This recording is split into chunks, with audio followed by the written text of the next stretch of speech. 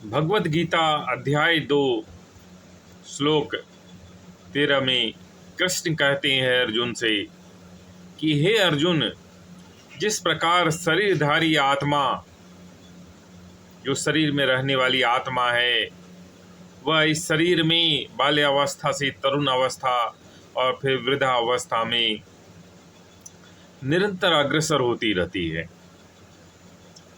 मनुष्य का शरीर आयु के साथ अपनी अवस्थाएं बदलता रहता है, बाल्यावस्था, फिर तरुणावस्था,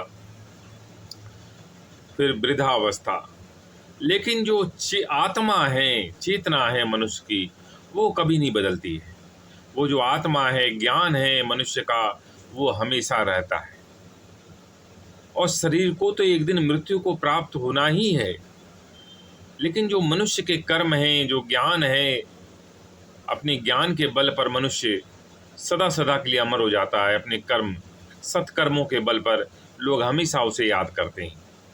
इसलिए कृष्ण कहते हैं कि हे अर्जुन, इस शरीर को तो एक दिन नष्ट होना ही है, इसलिए तुम ऐसे परिवर्तनों से मोहग्रस्त मत हो, दुखी मत हो। तुम इस शरीर की इतनी परवाह मत करो, उसको तो एक दिन नष्ट होना ही है। यह अगर एक सत्कर्म करते हुए, धर्म के लिए युद्ध करते हुए नष्ट हो जाए तो इससे भी तुम्हें स्वर्ग ही मिलेगा, और अगर तुम जीतोगे तो तुम्हें धरती का राज मिलेगा। इसलिए कृष्ण कहते हैं कि ऐसे परिवर्तनों से मोहग्रस्त मत हो, क्योंकि ये शरीर तो एक दिन मृत्यु को प्राप्त होगा ही होगा, चाहे तुम युद्ध करो और चाहे नहीं करो।